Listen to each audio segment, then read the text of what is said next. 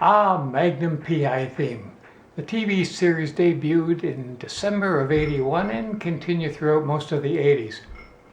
I posted a piano arrangement of this last month and it didn't take long before I received an email from Glenn out in Western Canada.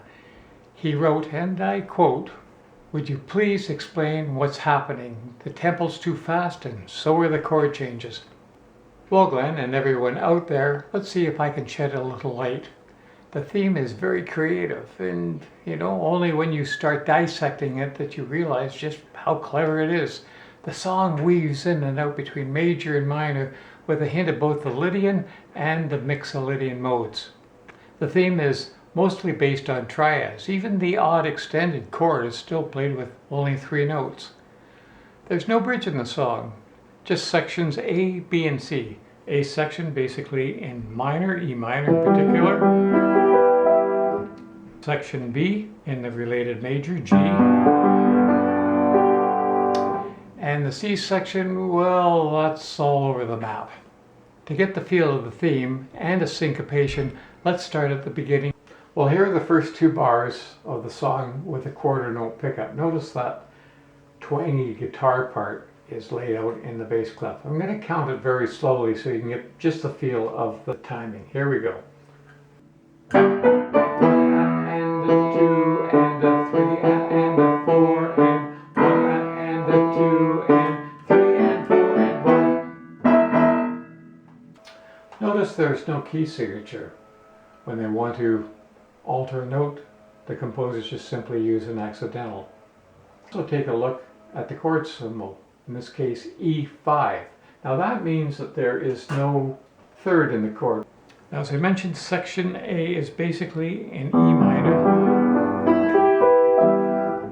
It has a little 3-note motif. Starts on the 3 chord, 1, 2, 3, G, moving to the 7 chord D, and into the 1 chord E minor.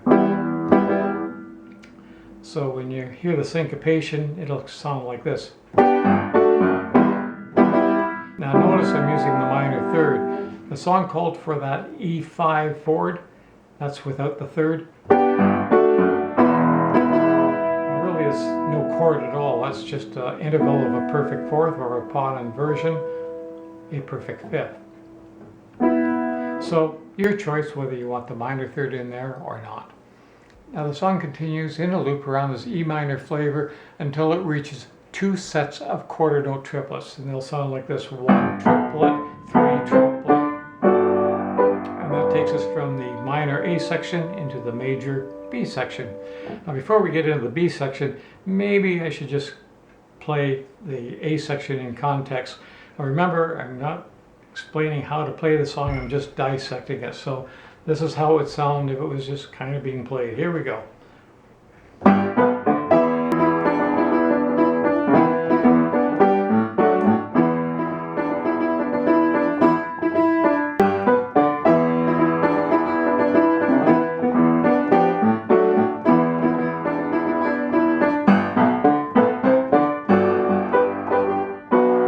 Okay, so now we're in the B section. Starting on the 1 chord in G, G major 9. But notice it's just in kind of a triadic form. There's my major 7, there's my 9, and my 5th. Now, would it be the end of the world if I added a third? No. Nobody's going to know the difference. Your choice, whatever you like. It's from the major 9 just to a simple G triad. Moving to the 3 chord, B minor. Instead of going to the 4 chord, it goes to a Mixolydian 7. You might write that as a C over an F, but it's really a F major 9. Now that chord is taken directly out of G Mixolydian, which does not have the F sharp leading tone, it has just the F.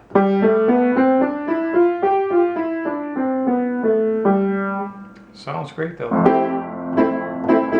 Then we have a walk up from the A through the 3 chord, 4 chord, and up to the 5 chord. Starts off on, well, I guess they would write this as a G over an A, but if you analyze it, it's really an A11. 1, 2, 3, 4. 7, and 9. B minor 7 for my 3 chord, onto the 4 chord, simple C chord, into the 5 chord, a simple D chord. Notice there's no 7th there. And then it goes around again. From a 1 to a 3 chord. This time we go to the 4 chord. Now remember that walk up? Well, they do the same sequence in the right hand, but they do that over a pedal bass C. The C just pulses through the chords. Ah, that's that Lydian 2 feeling. Hear it? Right there and there. Ah, John Williams, you know, he got so much out. He used that in so many songs. Jurassic Park, he used it in the theme from E.T. Also the theme from Superman, Can You Read My Mind? It went something like... There it is right there. D over a C.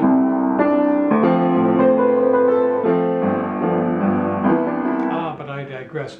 Like, if you really want to know about that chord, it's a really interesting chord. Look up my tutorial on the Lydian mode, and it's just part of the 4-part series that I have on the modes. I think you'll find it very interesting. Okay, so then it goes from the 4 chord to the 5 chord.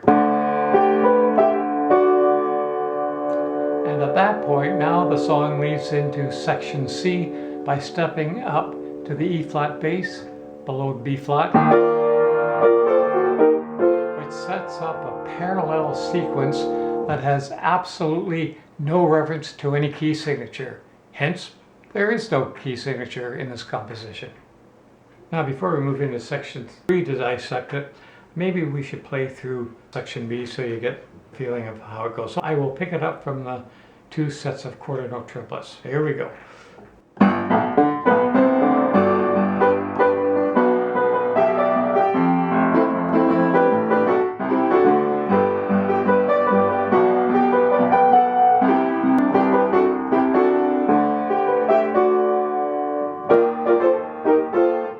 So now let's look at section C. It only has 6 bars. It might be prudent to compare the end of section B with the beginning of section C. So let's do that.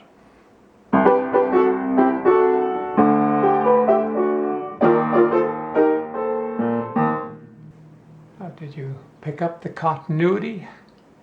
Let's give it another listen. This time I'll just compare 2 bars.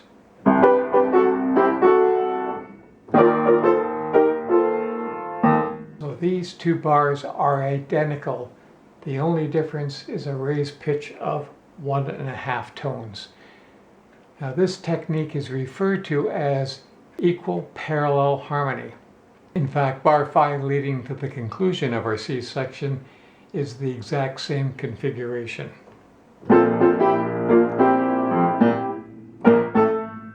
Now the only one that's slightly different is the one right in the middle, so we better take a look at that. So it starts off on an A flat triad, moving to a B flat chord. Publisher would probably write it B flat over A flat, but we know that is a Lydian 2 chord. Then it continues to an A flat triad, and the publisher would probably write that as an E flat over an A flat. But if I were to put the major 3rd in, it would end up being an A flat major 9 chord. 3, 5, major 7, major 9. But that's too schmaltzy and they want to keep it triadic. So it's going to sound like...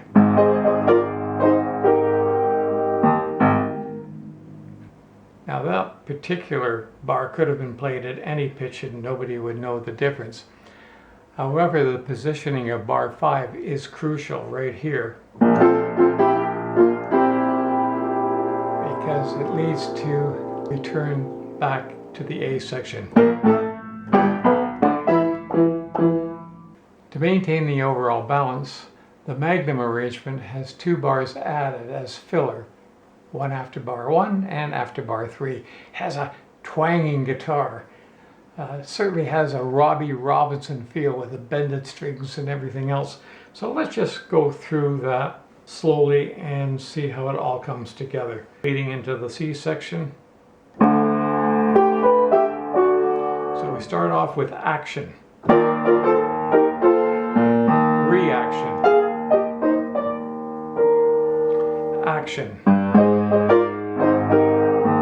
reaction, and bar 5, leading back to the beginning. So let's listen to that in context.